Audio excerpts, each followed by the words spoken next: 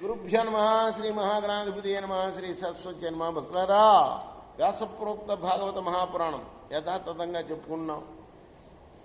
ఇందులో భాగంగా నిన్నటి వరకు 5 సర్గలు పూర్తి చేసి 5 స్కందాలు పూర్తి చేసి 6వ స్కందం షష్టమ స్కందాన్ని 75 భాగాలుగా చెప్పుకున్నాం. ఈ రోజున 76వ భాగం చెప్పుకుందాం. చెప్పుకునే ముందు వ్యాస భగవాను ప్రార్థన చేసుకుందాం. వ్యాసాయ విష్ణు రూపాయ వ్యాస రూపాయ విష్ణవే నమో వై బ్రహ్మనిదయే వాసిష్ఠాయ నమో నమః. సదా నింబ వృక్షస్య మూలాధివాసాత్ సుధాస్రావిణం తిక్తమప్యప్రయంతం తరుం కల్పవృక్షాదికం సాధయితం నమామీశ్వరం సద్గురుం సాయినాథం. సమర్థద్గురు సాయినాథ్ మహారాజ్ కీ జై.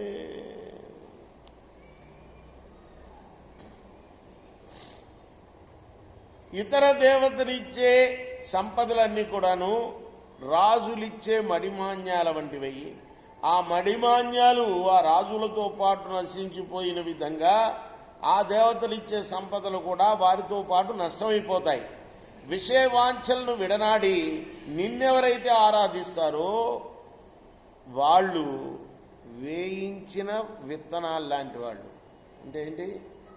వేయించిన విత్తనాలు మళ్ళీ మొలవు కదా, అంటే మళ్ళీ పునర్జన్మ రాదు వాళ్ళకి అని అర్థం. అంటే ముక్తి కలుగుతుంది అని. వారికి దేహాంతరాల్లో మొలకెత్తే ప్రసక్తే ఉండదు. నిర్గుణుడవై కూడా జ్ఞాన విజ్ఞాన రూపాలతో విరాజిల్లే నిన్ను జ్ఞానవంతులైన వారు గుణవంతునిగానే భావిస్తారు. ఏ విధంగా ఆచరించినప్పటికీ నీ సేవ మోక్షాన్ని ప్రసాదిస్తుంది స్వామి. సర్వమును అధీనం చేసుకున్న నీవు ఏ విధంగా భాగవత ధర్మాన్ని నిర్ణయం చేశావో అదేవిధంగా సనత్కుమారుడు మొదలైన మహానుభావులు మోక్షాన్ని కాంక్షించి సర్వేశ్వరుడువైన నిన్ను సంసేవిస్తారు. ఈ భాగవత ధర్మాన్ని అవలంబించిన మహానుభావులందరూ కూడా జ్ఞానవంతులే. వారిలో జ్ఞానహీనుడంటూ ఉండడు. మనసులోని కోరికలు తీర్చుకోవాలననే తహతహతో కామ్యకర్మల వెంట పరువులెత్తుతూ నేను నీవు నాకు నీకు అనే విషయబుద్ధితో మాట్లాడేవాడు అధర్మపరుడై అధోగతి పాలవుతాడు. చరాచరములైన సమస్త జీవుల యందు సమదృష్టి కలిగి భాగవత ధర్మానుసారం సర్వత్రా భగవంతుణ్ణి సందర్శించే వాడికి పాపం పరిహారం కావటంలో ఆశ్చర్యం ఉందయ్యా. ఇప్పుడు భగవంతుడవైన నీ పాద సందర్శనం వల్ల నాలోని దోషాలన్నీ పూర్తిగా నశించాయి. మందబుద్ధినైన నన్ను నారద మహర్షి అనుగ్రహించి భాగవత ధర్మాన్ని నాకు ఉపదేశించాడు. అందువల్ల ఇప్పుడు భగవంతుణ్ణి దర్శింపగలిగాను.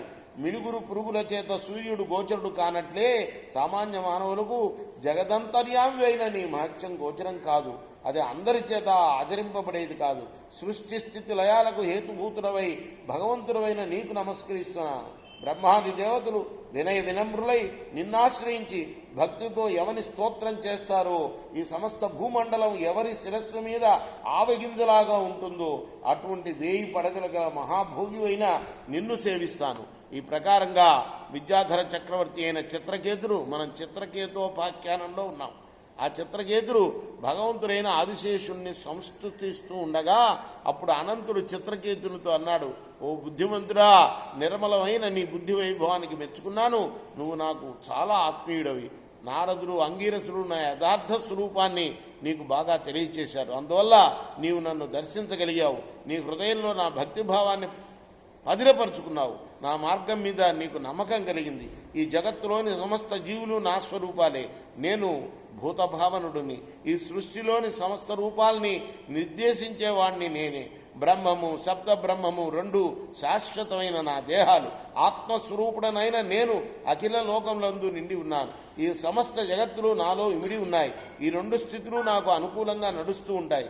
నేను ఈ రెంటిలో అంతర్లీనంగా ఉంటాను.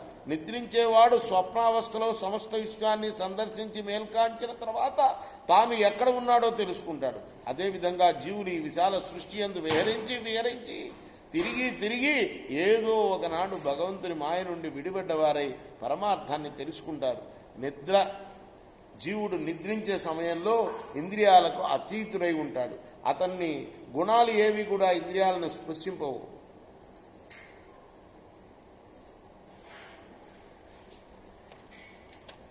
అటువంటి ఇంద్రియాతీతమైన ఆనంద స్థితిని బ్రహ్మంగా గుర్తించు. ఆ బ్రహ్మస్వరూపమే నేనుగా తెలుసుకో. జీవుడు స్వప్నంలో ఎట్టెట్లో సంచరిస్తాడు. మేల్కొన్న తర్వాత తాను చూచిన వాటిని అవగతం చేసుకుంటాడు. ఈ రెండు స్థితులని చక్కగా సమన్వయించుకొని ఒకటిగా గ్రహించడమే ఉత్తమ జ్ఞానం అంటే. అటువంటి జ్ఞానమే నేనుగా గుర్తించు అన్నాడు స్వామి ఆదిశేషుడు. రేపు మనం నా 77వ భాగం చెప్పు. కృష్ణార్పణమస్తు. సాయి కృష్ణార్పణమస్తు. శ్రీ సచ్చిదానంద సద్గురు సాయినాథ్ మహారాజ్ की जय. చేకోరా హారతి దిగో సద్గురునాథ దేవ సాయినాథ. పాంచత భౌతిక తత్వములనే హారతులిత్తుమురా. నిర్గుణమ్మగు స్థితే వీడి ఎట్లి ఆకారం పొందితివో సాయిరాం. సర్వము నిండిన నీవే ఇంకను ఉంటివి తల్లి.